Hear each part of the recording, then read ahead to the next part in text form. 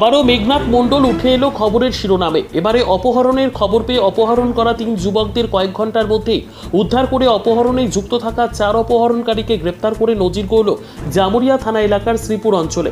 এবার রবিবার পুরুলিয়ার রঘুনাথপুর ও বলরামপুর এলাকা থেকে 3 যুবককে অপহরণ করে মুক্তিপণ আদায় করার অভিযোগ ওঠে রানীগঞ্জের 2 যুবক কমলেশ যাদব ও শোভন সাউ ও জামুরিয়ার বাসিন্দা মোহাম্মদ সাদ্দাম ও মোহাম্মদ শামসুদ্দিনের বিরুদ্ধে। তারা পুরুলিয়ার ওই 3 যুবককে শ্রীপুর ফাঁড়ি এলাকার নিঘা পার্ক সংলগ্ন অংশে নিয়ে এসে তাদের কাছে থাকা মোবাইল ফোন থেকে পরিবারের সদস্যদের ফোন করে কয়েক লক্ষ টাকা মুক্তিপণ বাবদ টাকা দেওয়ার দাবি জানায়। এই খবর জানার পরই পুলিশ প্রশাসনের কাছে এ বিষয়ে খবর পৌঁছলে পুলিশ দ্রুত ওই ফোনের লোকেশন ট্র্যাক করে বিভিন্ন অংশ তল্লাশি করা শুরু করে দেয়।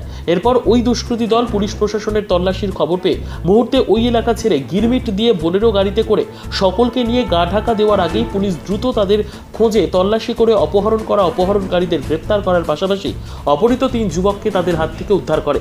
আর এবারের এই ঘটনাতেও জামুরিয়া থানার ওসি রাজশেখর মুখার্জির সাথেই ডাকাত দলকে চ্যালেঞ্জ করে গুলির লড়াই করা মেঘনাথ মণ্ডল সক্রিয় ভূমিকা নিয়ে ওই অপহরণকারীদের ধরতে তৎপর হয়।